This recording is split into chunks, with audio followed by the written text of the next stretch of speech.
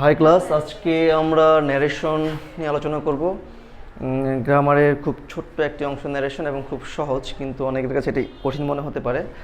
তো আজকে আমরা দেখব যে কত সহজে ন্যারেশনের ভার্বের চেঞ্জগুলো করে ফেলা যায়। টেন্স রিলেটেড যত প্রবলেম আছে আজকের ক্লাসে তা সলভ করার চেষ্টা করব ইনশাল্লাহ। হোপ দ্যাট আজকের ক্লাসটি শেষ হওয়ার পরে টেন্স নিয়ে কোনো সমস্যা ফেস করতে হবে না। তো বেসিক্যালি আমি টেন্সের রুলসগুলোকে 5 ভাগে বিভক্ত করেছি। তার মধ্যে 2টি রুলস আমি লিখে রেখেছি। প্রথম রুলসটি হলো, যদি সেন্টেন্সের মাঝে কোথাও V1 ভার্বের প্রেজেন্ট ফর্ম পাওয়া যায়, তাহলে তা পরিবর্তন করে V2 দ্যাটস মিন ভার্বের পাস্ট ফর্ম লিখতে হবে। তো প্রথম এক্সাম্পলটি হলো হি কামস হোম। আমরা কামস যেহেতু ভার্বের প্রেজেন্ট ফর্ম, সো আমরা পরিবর্তনটা কামসেই করব। তো আনসারটি গিয়ে দাঁড়ালো হি কেম হোম। তো কাম পরিবর্তন করে আমরা লিখব কেম।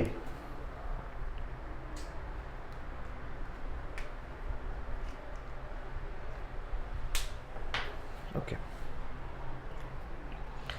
রুল 2, যদি সেন্টেন্সের মাঝে কোথাও অ্যামিজার থাকে, তাহলে অ্যামিজার পরিবর্তন করে আমাদের লিখতে হবে ওয়াজ ওয়ার। একটা example, he is coming home. তো আমরা ইজ চেঞ্জ করে আমরা ওয়াজ লিখব, শুধু ওয়াজ। অ্যামিজার অথবা ওয়াজ ওয়ার কোথায় কোনটা বসবে এটা ডিপেন্ড করে সাবজেক্টের উপরে। ইন শর্ট যদি বলে দিই, সাবজেক্ট যদি থার্ড পারসন অথবা সিঙ্গুলার নাম্বার হয় তখন ইজ হয় অথবা ওয়াজ হয়। তো এখানে থার্ড পারসন সিঙ্গুলার নাম্বার ছিল, সো হি ইজ কামিং, ফলশ্রুতিতে হলো হি was coming.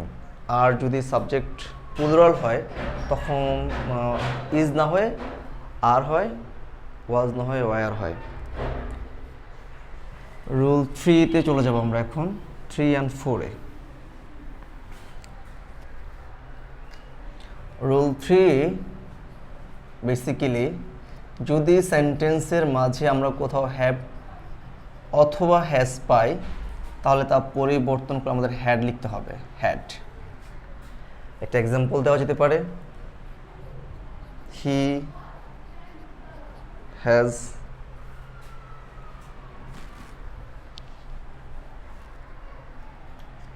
He has come home. উত্তরটি হবে হি হ্যাজ চেঞ্জ হয়ে হ্যাড হবে, বাকি সব ঠিকই থাকলো।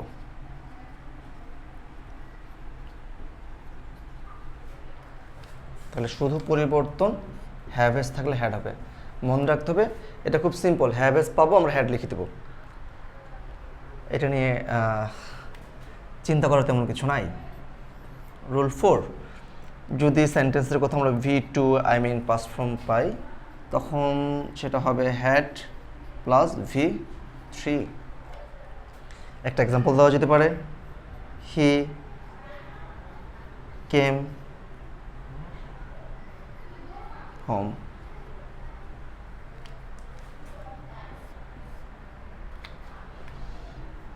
হি, তাহলে যেহেতু এটা V2 পাস্ট ফর্ম, তাহলে একটা এক্সট্রা হেড লাগবে, এবং যখন আমরা এক্সট্রা হেড দেব তখন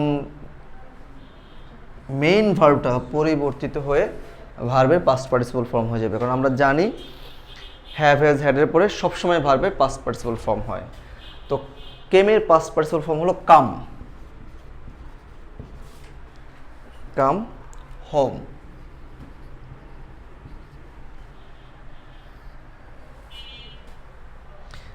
এতটুকু পরিবর্তন করতে হবে, এখানে আর কোনো পরিবর্তন নাই। এখন চলে যাব রুল 5 এবং একদম ফাইনাল রুল 6। তো রুল 5-এ যেটা হবে সেটা হলো, যদি সেন্টেন্সের কোথাও ওয়াজ অথবা ওয়ার পাওয়া যায়, তাহলে তা পরিবর্তন করে একটা হ্যাড বিন লিখতে হবে, হ্যাড বিন, আর তেমন কোনো পরিবর্তন নাই। এক্সাম্পল হিসেবে হি ওয়াজ কামিং। আমরা একই ধরনের এক্সাম্পল বারবার ব্যবহার করছি বোঝার সুবিধার্থে। ডিফারেন্ট এক্সাম্পল ইউজ করলে অনেক সময় কনফিউজড হয়ে যায় অনেকে। আচ্ছা, হি হ্যাড বিন কামিং।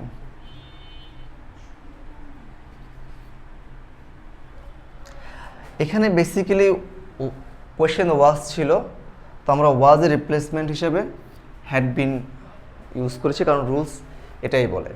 আমাদের কাজ হলো যদি সেন্টেন্সের কোথাও ওয়াজ অথবা ওয়ার পাই তাহলে তাকে পরিবর্তন করে আমরা হ্যাড বিন লিখব। খুব ইজি, আশা করি এটা নিয়ে কেউ কনফিউজড হবে না। এবার রুল নম্বর 6-এ চলে যাবো। রুল নম্বর 6-এ বেসিক্যালি বেশ কয়েকটি আসবে, এগুলো moral related, moral verb related. আমরা একে একে লিখে ফেলব, এগুলো সব 6-এর মধ্যেই পড়বে। যেমন ক্যান থাকলে আমরা কুড লিখব, মে থাকলে আমরা মাইট লিখব, আমরা শ্যাল থাকলে শুড লিখব, উইল থাকলে উড লিখব, মাস্ট থাকলে আমরা হ্যাড টু লিখব। ওকে, একটা এক্সাম্পল দিয়ে ফেলি। হি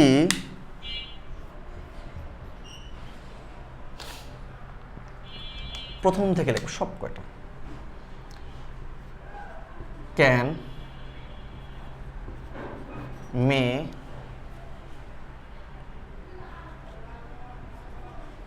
shall, will, must, come।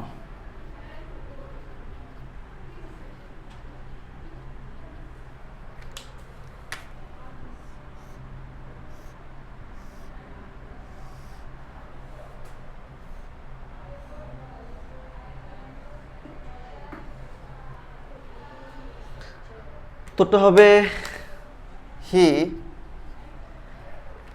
Can থাকবে না, হয়ে যাবে কুড। মে হয়ে যাবে মাইট, শেল হয়ে যাবে শুড, উইল হয়ে যাবে would, and at least must হয়ে যাবে হ্যাড টু।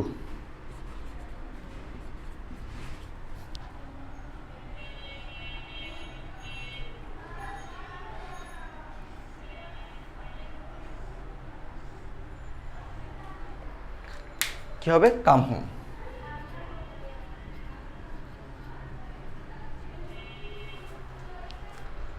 এই তো আমাদের টেন্স রিলেটেড যত প্রবলেম তার সলভ।